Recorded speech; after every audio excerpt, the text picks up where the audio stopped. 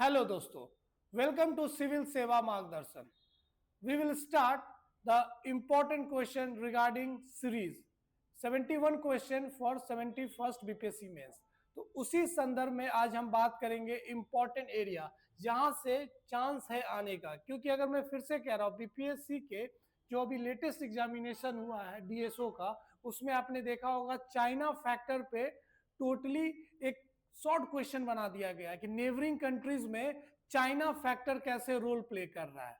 तो अगर आप नेबरिंग कंट्रीज को देखिएगा तो कुछ इंपॉर्टेंट डेवलपमेंट्स हुए हैं नेपाल में, बांग्लादेश में और म्यांमार में, और उसका इंपैक्ट भारत के फॉरेन पॉलिसी और यहां तक भारत के इंटरनल पॉलिसी पे भी असर पड़ा है।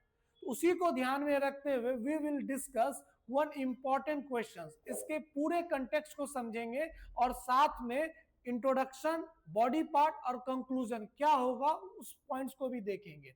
तो क्वेश्चन कैसा आ सकता है यहां पे?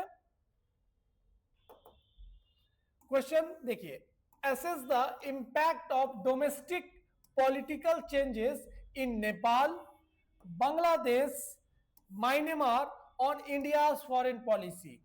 तो तीन इंपॉर्टेंट देश है, उसका इंपैक्ट, वहां पे जो भी चेंजेस हो रहे हैं भारत के फॉरेन पॉलिसी पे।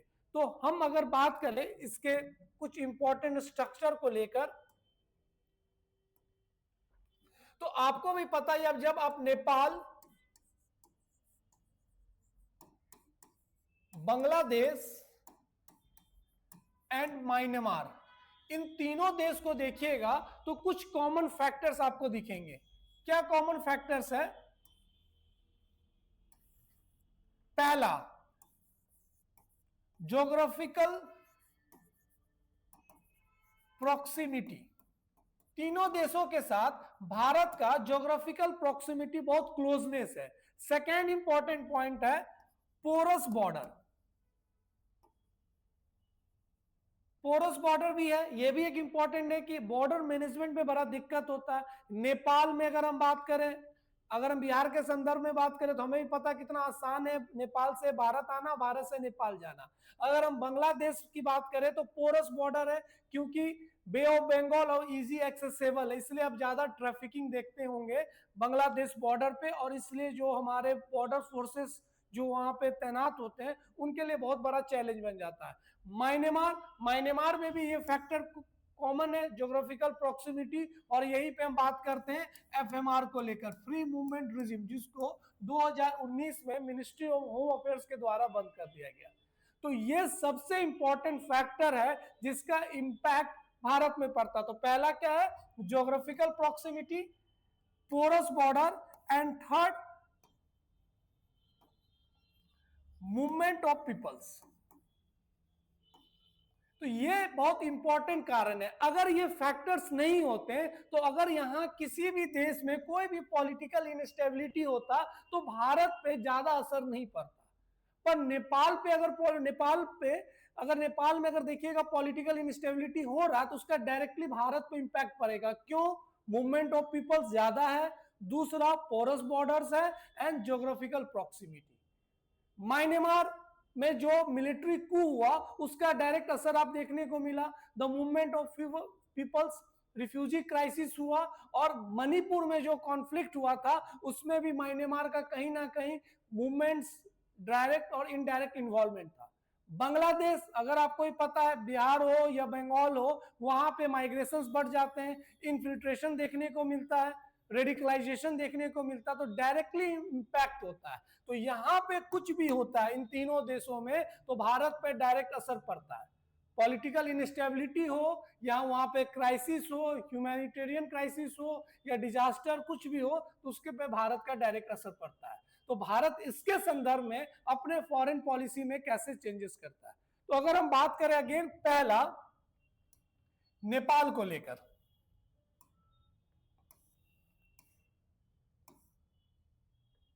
तो ये एक इंट्रोडक्शन से पहले का एक स्ट्रक्चर है जो आपको पता होना चाहिए। तो अब इस क्वेश्चन को हम कैसे डील करेंगे? India's foreign policy is deeply influenced by political developments in its immediate neighbourhood due to geographic proximity, shared borders and security interdependence. Domestic political changes in Nepal, Bangladesh, Myanmar directly affect India's strategic interest, regional stability, connectivity initiatives, and its broader neighborhood activist policy. अब ये कहेंगे कि यहाँ पे sir दो policy क्यों बात कर रहे हैं? नेबरहुड फर्स्ट पॉलिसी में तो दोनों आ जाता है, तीनों देश आ जाएंगे. Why we are talking about act east policy? तो जब हम म्यांमार की बात करते हैं तो म्यांमार एक ऐसा देश है जहां पे भारत के दो इंपॉर्टेंट फॉरेन पॉलिसी इन्वॉल्व होते हैं. एक तो नेबरहुड फर्स्ट पॉलिसी, क्योंकि हम लगभग 1600 किलोमीटर म्यांमार के साथ बॉर्डर शेयर करते हैं, and the north east states like Arunachal Pradesh, Manipur, Nagaland हमारा बॉर्डर शेयर होता है. दूसरा, the only country of ASEAN जिसके साथ हम बॉर्डर शेयर करते हैं. और आसियान कंट्रीज के लिए, जो साउथ ईस्ट एशियन कंट्रीज है, उसके लिए भारत ने बहुत स्ट्रॉन्ग फॉरेन पॉलिसी बनाया है जिसका नाम है एक्ट ईस्ट पॉलिसी. तो ये भी एक बेसिक अंडरस्टैंडिंग आपको पता होना चाहिए when we talk about Myanmar country where India's two important foreign policy confluence, neighbourhood first and act east. तो ये बेस्ट इंट्रो हो सकता है रिगार्डिंग दिस क्वेश्चन, और ये इंट्रो आप अपने से लिखा करें तब आपको समझ में आएगा क्वेश्चन. तो ज्योग्राफिकल प्रॉक्सिमिटी को लेकर हमने बात किया, सिक्योरिटी इंटरडिपेंडेंस की बात की, बॉर्डर शेयरिंग की बात की, और भारत का नेबरहुड फर्स्ट पॉलिसी के उसके ऊपर इंपैक्ट आ सकता है. अब बात करते हैं नेक्स्ट पार्ट बॉडी में कि क्या हो सकता है. तो हम अगर नेपाल की बात करें कि नेपाल में क्या कारण बना है पॉलिटिकल इंस्टेबिलिटी का और उसका इंपैक्ट भारत पे, एंड लास्ट में how we counter this impact through our foreign policy like neighbourhood first और एक्ट ईस्ट फर्स्ट. तो जब हम नेपाल की बात करें तो 2008 में जो वहां पे पॉलिटिकल चेंजेस देखने को मिला, फ्रॉम शिफ्ट मोनार्की से जो हम डेमोक्रेटिक वाले जो कॉन्स्टिट्यूशनल सेटअप देखने को मिला, वो एक इंपॉर्टेंट फैक्टर माना जाता है new beginning in Nepal as a democratic country. लेकिन due to the frequent changes of constitution and the government make chaos in the Nepal, और बार बार कोalition की गवर्नमेंट बनना, बार बार सरकार गिर जाना, वहां पे एक इंपॉर्टेंट इग्नाइट किया वहां के लोगों को पॉलिटिकल इंस्टेबिलिटी की तरफ जाने में. तो ये सबसे बड़ा फैक्टर है. 2008 से पहले वहां पे मोनार्की सिस्टम था और 2008 के बाद वहां पे हम कॉन्स्टिट्यूशन का आना, लेकिन बार बार कॉन्स्टिट्यूशन का चेंज होना वहां इनस्टेबिलिटी की तरफ ले गया गया. तो ये एक इंपॉर्टेंट फैक्टर बनता है. दूसरा इंपॉर्टेंट फैक्टर है करप्शन. थर्ड इंपॉर्टेंट फैक्टर यहां बनेगा नेपोटिज्म. Next unemployment. तो ये सब फैक्टर्स वहां पे स्ट्रॉन्ग रोल प्ले किया पॉलिटिकल इनस्टेबिलिटी, और वहां की जो सरकार थी उसको वहां से पावर में हटाया गया एंड यूथ केम फॉरवर्ड. इसलिए वहां पे एक नेम दिया गया था जेनजी प्रोटेस्ट. Gen Z protest. अब भारत के संदर्भ में क्यों इंपॉर्टेंट है आपको पता है. जब हम नेपाल की बात करते हैं तो हमारा बेटी रोटी का नाता है, बेटी रोटी का हमारा रिश्ता है. इसलिए नेपाल में अगर इंस्टेबिलिटी होता, नेपाल पे कुछ इंपैक्ट होता, उसका डायरेक्टली इन्फ्लुएंस हम देखते हैं. क्योंकि मैंने शुरुआती दौर में बताया कारण क्या है, geographical proximity, security interdependence, porous border. इसलिए और नेक्स्ट एक इंपॉर्टेंट फैक्टर है कि इसी का मौका इंतजार में रहता है चाइना. तो चाइना के लिए जहां कंट्री में अनरेस्ट होता है, जहां कंट्री इनस्टेबल होता है, उनके लिए बड़ा इजी एक्सेस मिल जाता है. तो अगर चाइना इतना करीब आएगी भारत के बॉर्डरिंग कंट्रीज में, तो वो भारत के internal security as well as भारत के स्ट्रेटेजिक ऑटोनॉमी को चैलेंज किया जा सकता है. For that reason, India always want to pursue strong bilateral relation with their neighboring countries, and they don't want to come closer कि कोई भी कंट्री हो चाइना के नजदीक ना जाए. इसलिए भारत अपने वहां पे स्ट्रॉन्ग नेबरहुड फर्स्ट पॉलिसी पे काम करता है, जिसमें हम गुजराल डॉक्ट्रिन की भी बात करते हैं, म्यूचुअल रिस्पेक्ट की बात करते हैं, नॉन इंटरफेरेंस की बात करते हैं. और आपने देखा होगा हर साल बजट में हम जो कोर नेबरिंग कंट्रीज है लाइक नेपाल, भूटान, म्यांमार, बांग्लादेश, मालदीव्स, उनको हम एक ग्रांट इशू करते हैं to counter the footprint of China in our neighboring countries. So this is most important regarding the Nepal. हम जब आप बात करते हैं सेकेंड म्यांमार को लेकर, म्यांमार में भी हिस्टोरिकली बैकग्राउंड देखिएगा तो बहुत इंपैक्ट होता है, लेकिन जो लेटेस्ट 2021 में है वहां पे जब मिलिट्री कू हुआ उसके बाद वहां पे पूरा कंट्रोल जुंटा गवर्नमेंट मिलिट्री के द्वारा कंट्रोल ले लिया गया and India having a strong crisis, India having a strong dilemma कि हम इंटरनल सिक्योरिटी और नॉन डेमोक्रेटिक के बीच में कैसे अपना बैलेंस बनाए। तो भारत हमेशा वोकल है डेमोक्रेटिक स्ट्रक्चर को बढ़ावा देने के लिए, तो भारत के लिए लेकिन ये भी चैलेंज है, अगर नहीं डायलॉग करेगी तो that will impact the internal security of north east, और जिसका इंपैक्ट हमने मणिपुर क्राइसिस में भी देखा, उसके बाद हमने रिफ्यूजी क्राइसिस देखा। तो this all are the important regarding political instability in Myanmar, और Myanmar making a strong relation with China. Myanmar now became the strong pearls of China of their string of pearls policy, और भारत कभी नहीं चाहेगी कि म्यांमार का strong, जिससे पहले एनएलडी की सरकार थी, जो नेशनल लीग गवर्नमेंट की, जो डेमोक्रेटिक गवर्नमेंट की सरकार थी, आंग सान सुई की सरकार थी, they strong relation with Indian government, लेकिन आफ्टर द चेंजेस वो लोग क्लोज एलाई बने हुए चाइना का, और China making strong presence, economic support हो, मिलिट्री सपोर्ट हो या डिफेंस, सब तरीके का सपोर्ट चाइना पहुंचाती है। अब भारत यहां पे कैसे काम कर सकती है, again through their neighbourhood first policy as well as यहां पे एक्ट ईस्ट पॉलिसी को और इनहांस करना होगा। तो this is regarding the Myanmar. अब हम बात करते हैं बांग्लादेश को लेकर।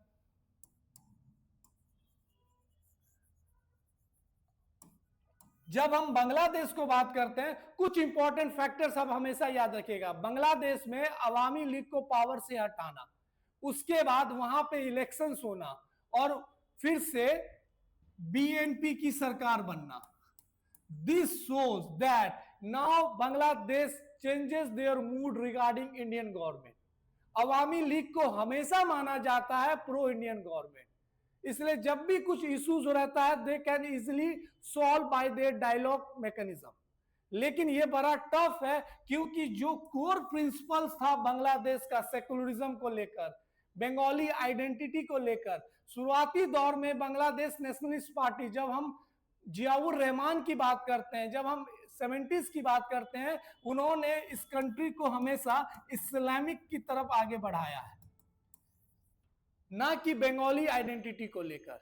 तो ये बहुत बड़ा क्लैश है कि how India manage relation with this new political, जो आप कह सकते हैं ग्रुपिंग है, जो नया पॉलिटिकल गवर्नमेंट जो बनकर आया है, जो रहमान है, तायुर रहमान है, जो खालिदा बेगम के बेटे हैं, उनके साथ। तो ये जो पॉलिटिकल इंस्टेबिलिटी है, ये डायरेक्ट असर पड़ सकता है भारत के ऊपर, और भारत अगेन फिर नेबरहुड फर्स्ट पॉलिसी को अपने स्ट्रॉन्ग इंप्लीमेंट कर सकता है। यहाँ पे हम ट्रेड की बात करते हैं, तो भारत इसको कैसे और अच्छा कर सकता है, थ्रू द फॉरेन पॉलिसी,